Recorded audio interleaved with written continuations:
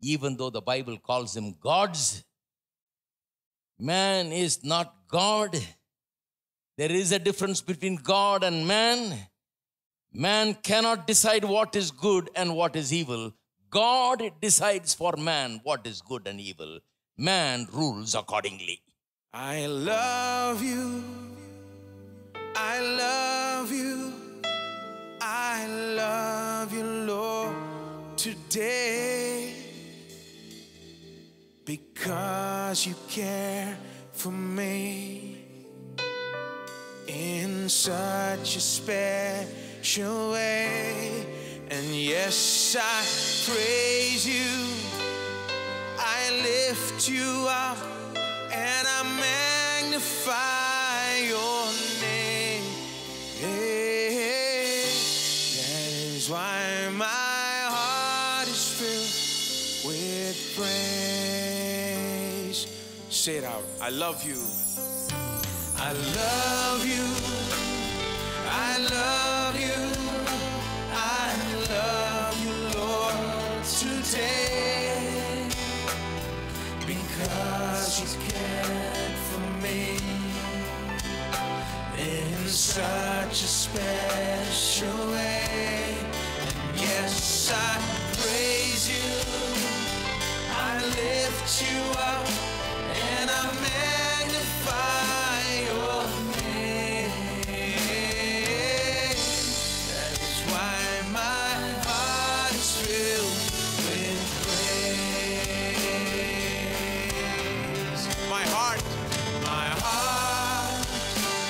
my mind, my soul belongs to you. You paid the prices for me way back on Calvary. And yes, I praise you, I lift you up, and I magnify your name. That is why my heart is filled with praise. My heart and my mind, my heart, my mind, my soul belongs to you. You paid the prices for me way back on Calvary. And yes, I praise you, I lift you up, and I magnify your name. That's why my heart is filled. Just one more time. My heart. Oh, my heart, my mind, my soul belongs to you. You paid the prices for me way back on Calvary. Yes, I praise you, I lift you up, and I magnify your name. That's why my heart is filled with praise.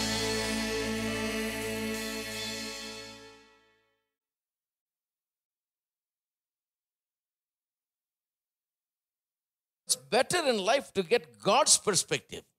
When you get God's perspective, then you look at things in God's perspective. You don't look at things like a mere man in this world, living in a particular culture, living in a particular country, living in a particular background and circumstance and so on. You begin to get God's perspective. And God's perspective is the healthiest perspective that you can have, because then you can have and enjoy everything that God wants you to have. Otherwise, your culture itself will hamper your progress and stand in the way of your development and enjoyment of all the good things that God has made for you. It is important to get the perspective that God has.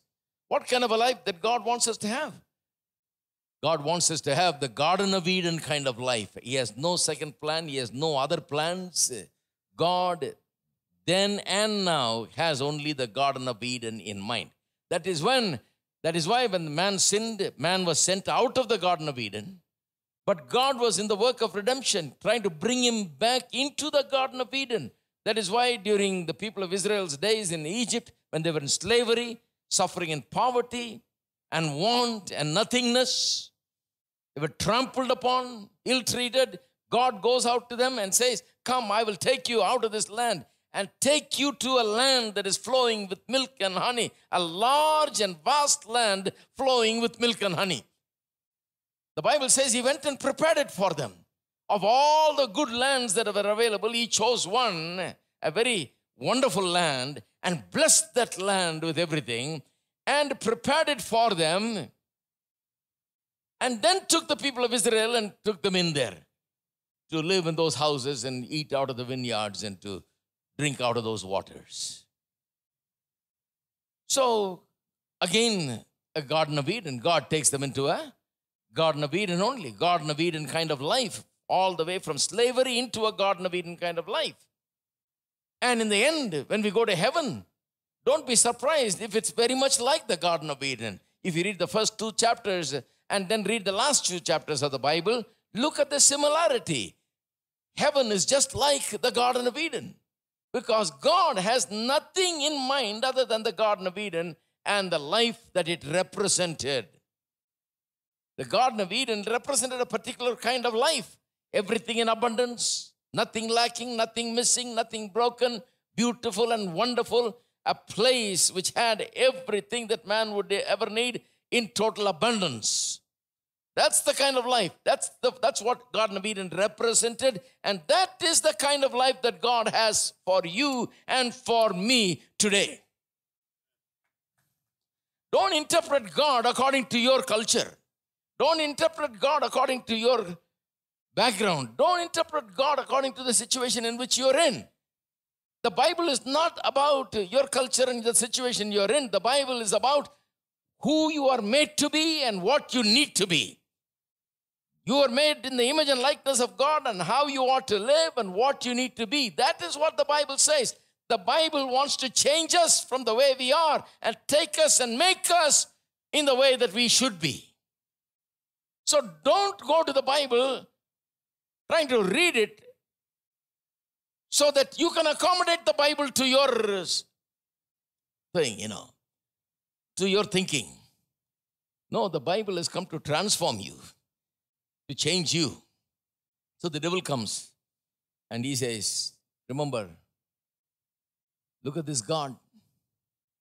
Did he say that you should not eat of any of the tree? See, he's a hard person. See, anytime you hear anything mentioned by anybody, a suggestion by anybody that God is a hard person, difficult person, that God is a conjuice person, that God doesn't want to give you all the everything, that God wants to give you only 8 rupees if you want 10 rupees, because only if you have 2 rupees lacking, then you will live properly. And this need of 2 rupees will keep you holy. All these thoughts, I'm telling you, anytime anybody says things like that, it is a thought that arises from the very pit of hell. That is not thoughts of God, because God does not think like that. God is not hard. God is not difficult. God is not a strange person like this, that wants to always keep you, empty and holy, No, God is a God who wants to bless you and give you every good thing in total abundance. So the devil shows his face right there in chapter 3 as the story begins. He comes to Eve with that kind of a thing. And look at what happens. And the woman said to the serpent, we may eat of the trees of the Garden of Eden. She says, no, we can eat. But of the fruit of the tree which is in the midst of the garden, God has said, you shall not eat it, nor shall you touch it, lest you die. Now she has a misunderstanding. God said, don't eat it. Now she says, don't eat it or even touch it. I don't know what happened. God only told Adam and Adam only taught her. I think I'd blame him. Maybe he didn't teach her right. Maybe he thought this woman is always standing by that tree. So let's tell her not to touch it even. God told not even to touch. Don't even go near it. I don't know what happened, but somehow she got the wrong message. Once again, the message was that God is a difficult God. He said, don't eat it, but she has interpreted it somehow. It has come to her in this form that she should not touch it or eat it, which is wrong. God never said, don't touch it. God said, don't eat it.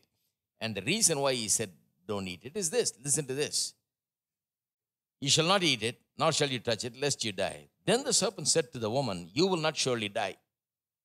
For God knows that in the day you eat of it, your eyes will be opened and you will be like God, knowing good and evil.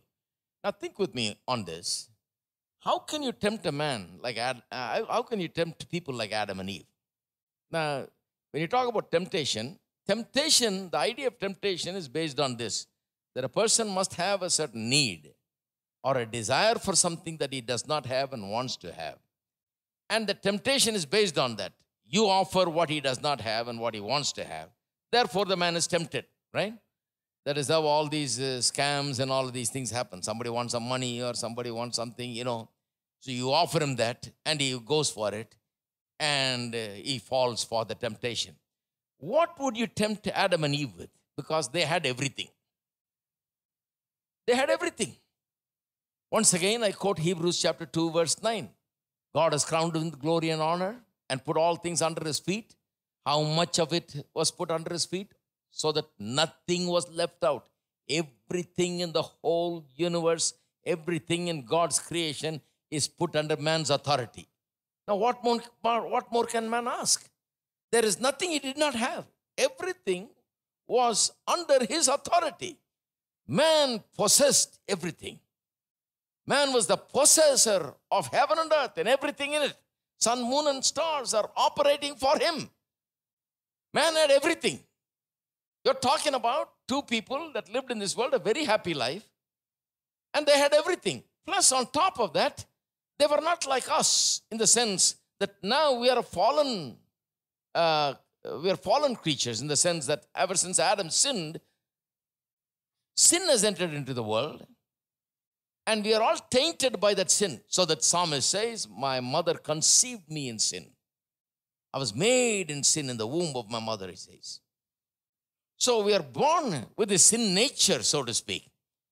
So we are in a different condition today. Now, we're not like Adam. Adam was very made in a pure state. He was in an innocent state. This was before sin ever entered. So he didn't have the taint of sin. He didn't have the propensity towards sin. He didn't have the leaning towards sin. He didn't have anything in him that made him lean towards sinning and doing things that are sinful. He was created innocent. He was in an innocent state. Plus, he had everything. Consider these two things. He was created innocent. He had everything. How would you tempt a man who does not have a sin nature, who does not have this propensity, this desire, or this drawing towards sin, and who has everything anyway? How would you draw him with? How would you tempt him? What would you show to him? If you go tempt a dog, you got to have a bone.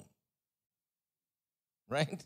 So what will you show to this Adam and Eve? What will you say? Here, I've got it, come get it, Adam doesn't get it. Everything is under his feet. All things are under his control. He's the authority over everything. He's got everything. There is nothing left out. Everything is under him. And he is innocent. He doesn't have a sin nature. He doesn't intend to do anything bad or anything like that. How will you tempt a man like that? There was only one thing that was left out. See, this tree of the knowledge of good and evil, that expression, has been debated for a long time. A lot of people, talk about a lot of possibilities, options of how to interpret it. Some people say it talks about moral discernment. That is, tree of knowledge of good and evil means that if you ate of the tree of the knowledge of good and evil, ate that fruit, then you will know what is good and evil, some people say. But I disagree, because before eating the tree of the knowledge of eating of the tree of the knowledge of good and evil, man knew what is good and evil. Adam and Eve knew what is good and evil because God told them what is good and what is evil. He said, don't eat it. That's bad. Eat of all the trees of this garden. That's good. But don't eat of this particular tree. That's bad. Did they know good and evil? Yes. They didn't have to eat of the tree of the knowledge of good and evil to find out what is good and evil. So the tree of knowledge of good and evil, the fruit of it, does not provide them with the knowledge of good and evil. God has already provided them with the knowledge of good and evil. He has instructed them with his words very clearly. They knew what is good and knew what is evil. They knew what they can do. They knew what they cannot do. What is good and evil, God has already told them. Then why is it called the tree of the knowledge of good and evil? Then why was it wrong to eat that? What was the point that God trying to make? And what was the whole temptation about? And how was man tempted? Like I said, he's innocent and he's got everything. How did the devil manage to tempt this kind of a person who's placed in a difficult position? That is, you can't tempt this man. There is nothing that he doesn't have. How did the devil manage to tempt? And how did Adam and Eve end up sinning? Think about that. Only one thing was left out of man's control. You know what that is? The ability to decide what is good and evil. That's the one thing that man did not have. Everything else man had. Everything was under his feet. All things are under his control. Nothing left out. Only one thing that he cannot have, and that is the ability to decide what is good and what is evil. That's what made God God. That's why man is not God. Even though the Bible calls him gods, man is not God. There is a difference between God and man. Man cannot decide what is good and what is evil. God decides for man what is good and evil. Man rules accordingly. Hello? That is the whole issue of the Garden of Eden and the tree of the knowledge of good and evil. The ability to determine good and evil. Who is to say what is good and what is evil? Only God is to say what is good and what is evil. So, the only option that the devil had also to tempt him with is to say to him, the moment you eat of it, look at the way he puts it. The serpent said to the woman, you will not surely die. For God knows, verse 5, in the day you eat of it, your eyes will be opened, and you will be like God, knowing good and evil. That word knowing is misleading because some people say, see, it says knowing. That means after they eat only they'll know. No, I said they knew already what is good and evil. So what does knowing means? The day you eat of it, he says, your eyes will be open. You'll be like God, knowing good and evil. The word knowing is to be properly translated, if you wish, as you'll be able to discern good and evil. Discerning good and evil. You'll be like God, discerning good and evil. God is the one that discerns good and evil, decides good and evil, determines good and evil.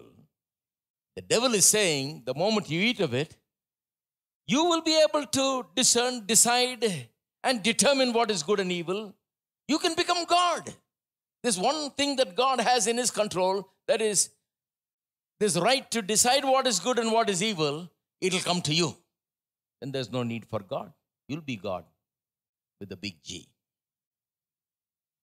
Why keep a small G when you can get a big G? So become a big G, not the small G. Now you are God with a small G. You can become a God with a big G. How about that? That's the temptation. That's the only way man can be tempted. There is no other way man can be tempted because there is nothing else to tempt him with. He is innocent and he's got everything. Only thing he did not have was this right to decide what is right, good and what is evil. God only discerns it right, and God only has the ability to do it, and he owned that right as God, as supreme over man and over everything. So the moment he ate it, what happened was this. He did not become God. He was in many ways like God, ruling over everything. But he cannot become God. So he did not become God. He was totally cheated. Whatever he had was also lost. This fellowship he had with God was lost. Garden was lost. He was driven out of the garden. The last two verses of the chapter 3 in Genesis is the saddest verses in the whole Bible. The last but one says that God sent him out of the garden. The last verse says he drove him out of the garden. Very sad. Wonderful garden God made for man, but he cannot be there because if he is there, he will eat of the tree of life now and live forever in this fallen condition, which will be like worse curse than the curse. So God had to get him out of the garden because the tree of life was there. It says so. So he lost everything. Instead of becoming like God, see, you can't become God. You can't unseat God and take his place. Every man needs God. God is God. Whether you like him or not, he is God. The only thing men and women can do is acknowledge that there is a God. Acknowledge that he is God. And put ourselves under him and listen to him and know what is good and what is right. And follow what he says. And only that can keep us in the garden, enjoying everything good and everything in abundance. The moment we try to become God and decide, when we say, I will decide for my life what is good, what is right. I have my own ideas. See, look at the world. Look at the various policies and things like that people have all over this world, You sometimes wonder what kind of world you're in, Sometimes you feel like you're in some other planet, They say, all of a sudden, they say, this is legalized. This is okay. That is okay. All kinds of things, You wonder where you're living in a totally different world, Nowadays, when I conduct weddings, I read a particular passage before the thing, Mark chapter 10, verse 6 to 9, I read, in the beginning, God created man, male and female. And then I read that next verse, which says, for this reason, a man shall leave his father and mother and cleave unto his wife. They two shall be one flesh. And so on. And then I read, therefore, what God has joined together, let not man put asunder. And then I have to make this statement, which was not necessary about 30 years ago. I have to make the statement that marriage is between male and female. This is something we have to say for people to know today. 30 years ago, that was not the case. Everybody, I thought, understood that marriage is between male and female, But now, it is not so. Things have changed, It is because man says, who is God to say what marriage should be? Who is God to say what life should be like? Who is God to tell me what to do and what not to do? What right God has over me to tell me what is right? I will determine what is right and we will vote. We will decide. We will choose. We will decide. We will opt for whatever we want. We know better. We will decide what is best for us. That is why we are in such trouble, my friend. That's why there is such unhappiness, such restlessness, such animosity, such hatred, such all of these things have come into this world because man has decided that he is the authority, that he is God, and there is no God. God doesn't have to tell us.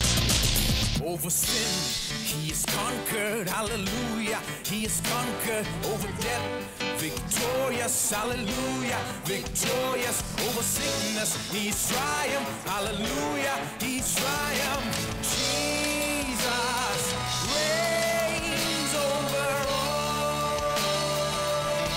Over sin, he is conquered, hallelujah. He is conquered over death, victorious, hallelujah. Victorious over sickness, he's triumphed, hallelujah. He is triumphed. Jesus reigns over all.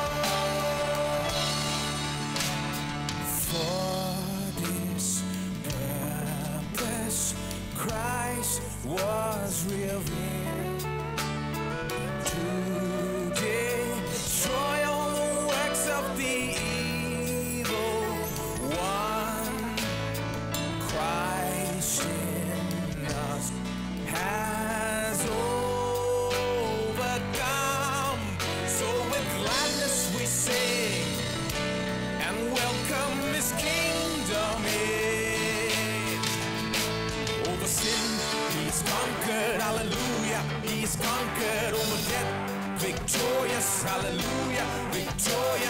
sickness. He's triumphed. Hallelujah. He's triumphed. Jesus reigns over all. Over sin. He's conquered. Hallelujah. He's conquered over death. Victorious. Hallelujah. Victorious over sickness. He's triumphed. Hallelujah. He's triumphed. Jesus reigns over all. In the name of Jesus we stand. By the power of his blood we now claim this ground. Satan has no authority here, so darkness must flee, for Christ has the victory. Over sin he has conquered, hallelujah. He has conquered over death. Victorious, hallelujah, victorious over sickness. He's triumphed, hallelujah, he's triumphed. Jesus reigns over all. Let's do that one more time. Over sin.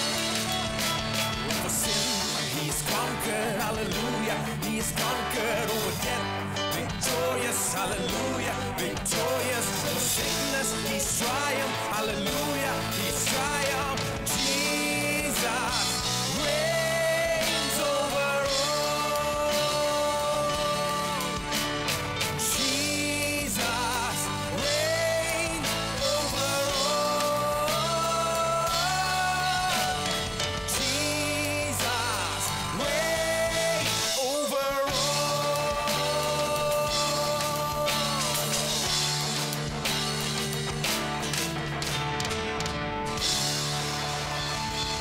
Clap your hands and praise the one who has conquered over sin, over death, over sickness, over curse, over poverty, over every enemy that stands against us. He has conquered, and therefore we have conquered. All praise and honor and glory be to Jesus in this place.